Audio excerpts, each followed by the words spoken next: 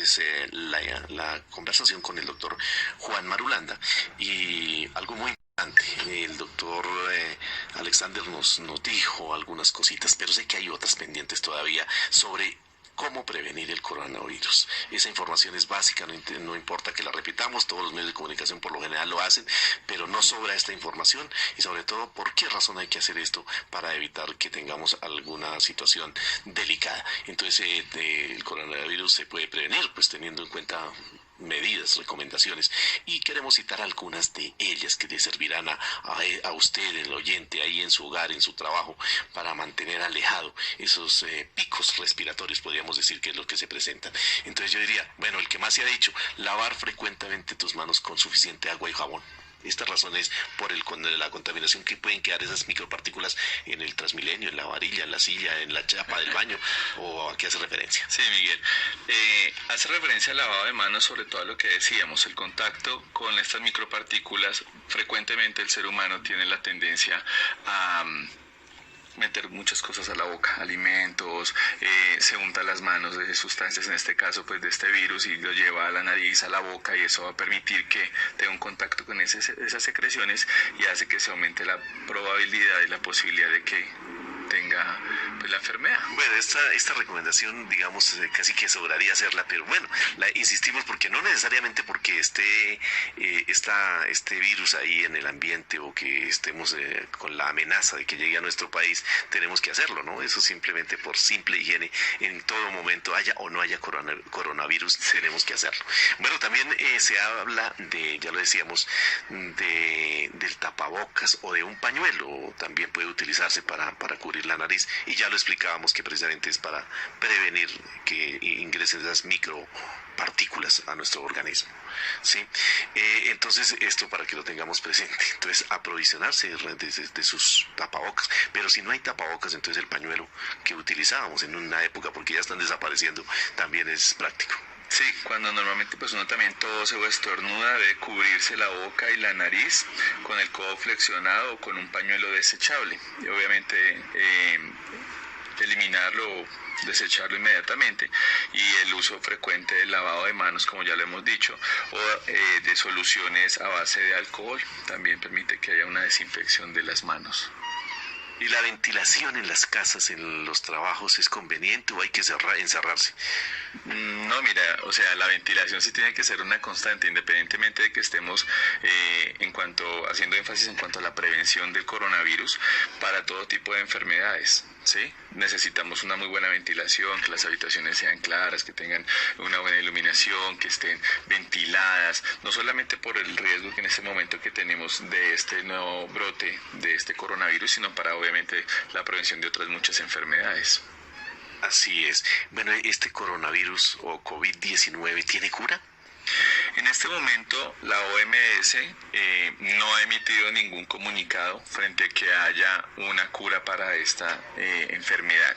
Sí hay desarrollo, sí se sabe que hay grupos de científicos, de especialistas en diferentes partes del mundo formulando posibles medicamentos, ¿sí? Pero que se tenga hoy en día una vacuna o algún medicamento que sea capaz de contrarrestar el coronavirus, no la hay, ¿sí? Obviamente la parte de la prevención, como lo hemos dicho y recalcamos en eso, es el único tratamiento en este momento, pero en este momento como el virus es tan nuevo, llevamos menos de un mes o casi un mes, con este nuevo brote, pues en este momento no se tiene un tratamiento específico para la enfermedad. Así es, entonces seguramente llegarán alguna cura. Ahí también aprovechando esta situación, también hay gente que hace algunas especulaciones que de pronto no tiene nada de digamos alejado de la realidad, y es que esto también pudo haber sido construido o elaborado, este virus, por algún interés económico, por alguna situación en algún país. ¿Qué opinión le merece esta apreciación? Pues mira, yo no puedo garantizar ni puedo opinar acerca de esos rumores porque es eso, rumores, ¿sí? Sabemos que obviamente el origen, sabemos que se está presentando, sabemos que ya hay varios países con casos confirmados y algunos que se han presentado fallecimientos a causa de este brote del coronavirus, pero de ahí a que uno pueda llegar a asegurar o afirmar que es de un origen diferente, no se puede determinar, solamente que es lo que ya se ha hablado, que es una zoonosis que se viene presentando hace más o menos un mes, que su origen fue en China, pero ningún otro, son especulaciones.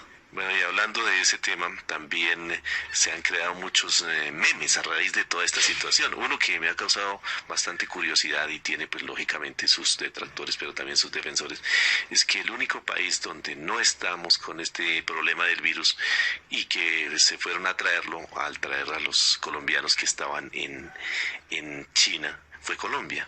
Es decir, ¿cuál es la situación frente a una complicado, ¿no? El tema, porque los familiares seguramente pues es lo que querían que se trajera esto, pero también hay algunos sectores que dicen que, bueno, si no se tenía el virus aquí, habría sido necesario traer a estas personas que, a pesar de que se dice que están sanas, pueden ser portadores. Sí, mira, lo que está pasando en la villa que se adaptó en el centro de alto rendimiento para la repatriación, para poder volver a su país, a estas personas que estaban en esa población, pues se tomaron todas las medidas necesarias para poder garantizar que el hecho de que estas personas que fueron repatriadas para acá, para Colombia, no tengan contacto con personas que estén cercanas al sitio donde fue destinado. Pues obviamente sí están en un periodo de cuarentena y tienen toda la infraestructura para poder estar ahí en ese aislamiento. Que sepamos, ninguna de las personas que fueron traídas hasta este momento ha tenido pruebas positivas, ¿sí? Y están en eso, en un periodo de aislamiento en el cual se están observando, se les están tomando los paraclínicos, se les está haciendo el seguimiento, pero digamos que revisando y mirando la disposición que se adoptó y ese plan de contingencia que se formuló por parte del Ministerio de Salud, la Secretaría de Salud y todos los entes reguladores, prácticamente aíslan y disminuye el riesgo de contagio para las personas que están cercanas a esa villa. ¿La cuarentena básicamente es el aislamiento de las demás personas o en cuanto a la cuarentena sí podemos agregar? Mira, la cuarentena principalmente es la acción de aislar o apartar a personas o animales durante un periodo de tiempo para evitar o limitar el riesgo de que se presente una enfermedad infectocontagiosa. Esa es como tal la definición de cuarentena, que puede ser de 40 días o puede ser de menos, ¿sí? Dependiendo del caso a tratar. Aquí estamos hablando de que mínimo tienen que ser 14 días, porque en 14 días que realmente se ha visto que se puede presentar la evolución de la enfermedad. Sí, hay algunas cifras, también lo veo que tiene algunos daticos ahí muy importantes frente a la cantidad de personas que están afectadas hoy con el coronavirus, los que han sido tratados, pero también los que han fallecido. Sí, mira, algunas de las cifras publicadas en los últimos días por la Organización Mundial de la Salud, se habla que hasta el momento han habido un poco más de 78.000 casos confirmados, con alrededor de 2.400 muertes aproximadamente. Según un estudio de los más completos que se han hecho, porque llevamos un corto tiempo, realizado por el Centro Chino para el Control y Prevención de Enfermedades, es que es de un 2.3%. Sabiendo que la población que más corre riesgo son los mayores de 80 años, donde el índice de mortalidad es un poco mayor, ¿sí?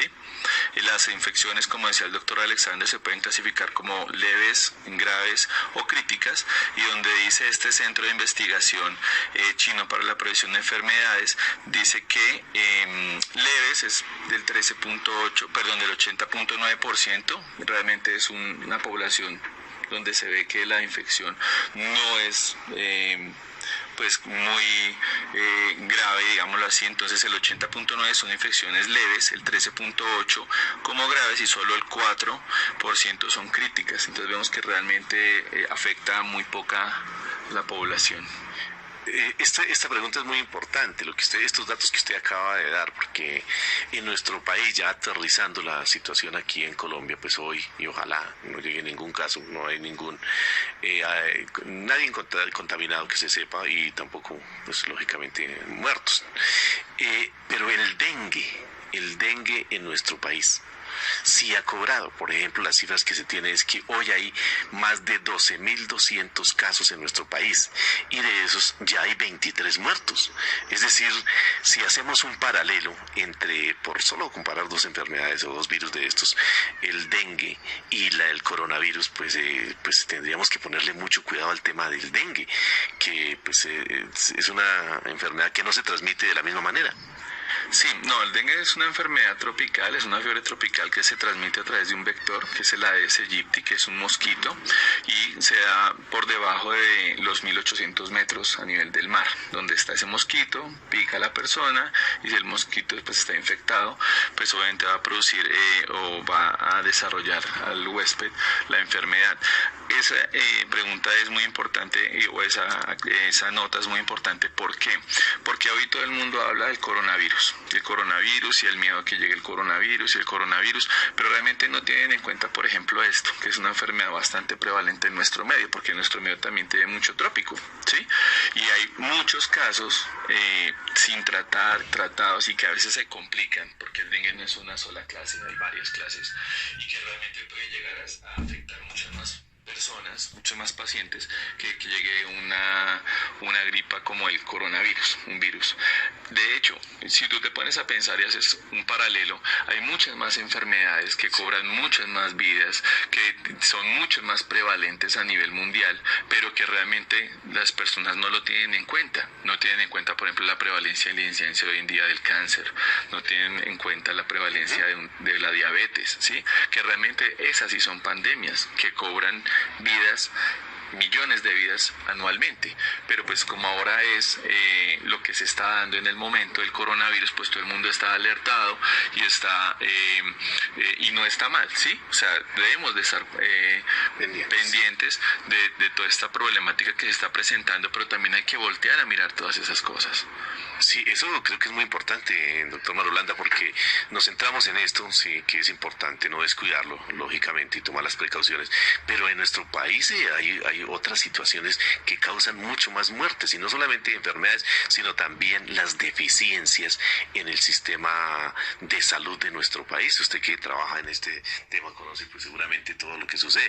Aquí hay gente que se muere de desnutrición en La Guajira. ¿Cuántos niños mueren de desnutrición? Si sacamos esas cifras y le ponemos cuidado a eso, incluso hasta de hambre, la gente también fallece, y otras enfermedades, el chikungunya, y bueno, hay algunas otras situaciones que también es bueno que nosotros analicemos, porque a veces nos centramos solamente en un punto de vista, y aquí hay mucha más problemática en el tema de salud. Bueno, que esto dará para otro programa, mirar cómo está la salud en nuestro país. ¿Qué opinión le merece este comentario? No, pues ese tema es para uno y muchos más programas, ¿sí? Pues realmente tenemos que tener en cuenta que lo que tú dices es muy cierto. Hay muchas otras problemáticas y puntos álgidos en nuestra sociedad que deberíamos empezar como a voltear a mirar, ¿sí? Como a tenerlos más en cuenta, como es la parte de la desnutrición, como es la parte obviamente de la prevención frente a otras enfermedades que cada vez son más prevalentes, y que pues obviamente con un sistema de salud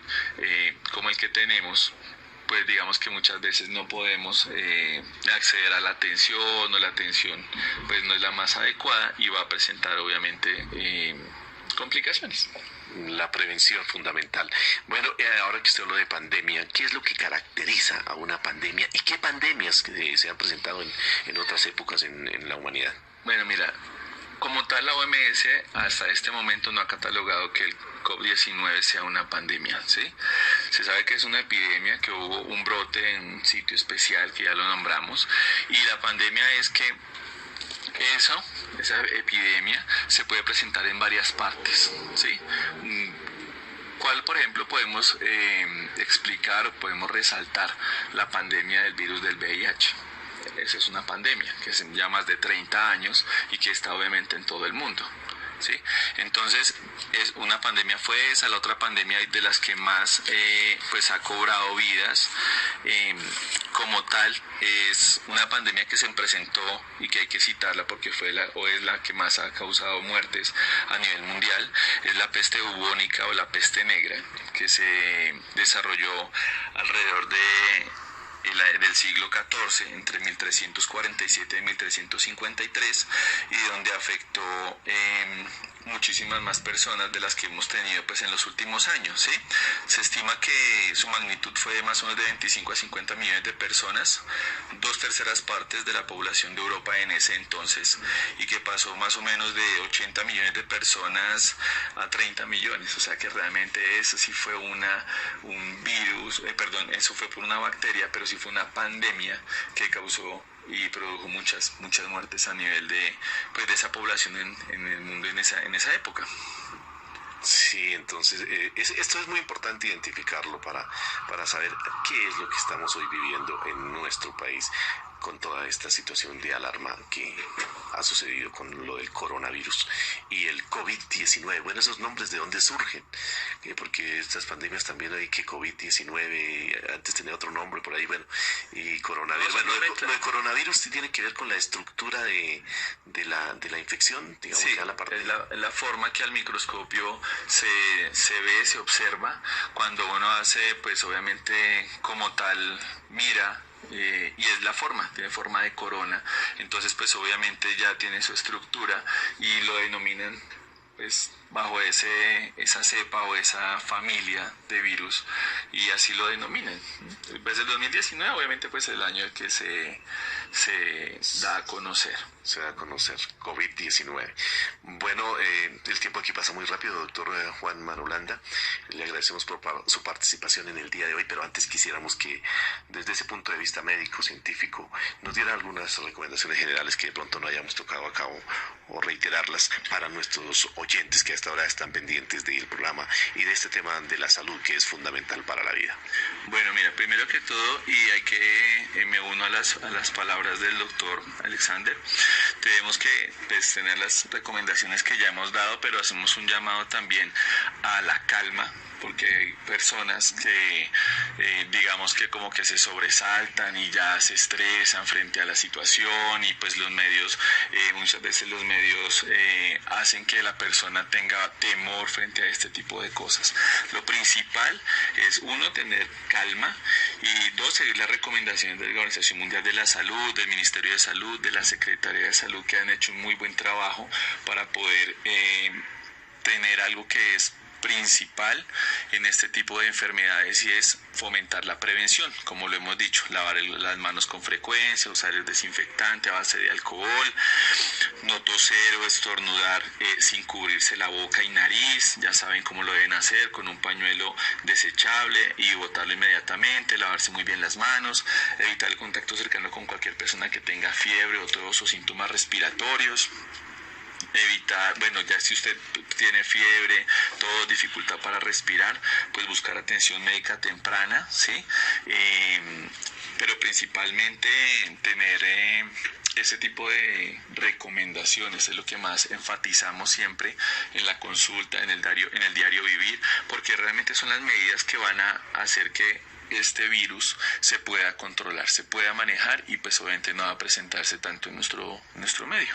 Bueno, doctor Juan Marulanda, muchísimas gracias por aceptar nuestra invitación, pero también hay seguramente nuestros oyentes, gente interesada en comunicarse con el doctor Juan Marulanda. Hagamos aquí una pequeña información sobre dónde lo pueden contactar y de pronto en qué temas se ha especializado. Claro que sí. Bueno, Miguel, pues para cualquier tipo de orientación, para nuestros radioescuchas, no solamente para este tipo de temas como el coronavirus y sus relacionados, sino para toda la parte de la medicina alternativa e integrativa, nos pueden ubicar en los teléfonos 467-2550, 467-2550, al celular 317-643-9136. Nos pueden también visitar en nuestra página de internet www.de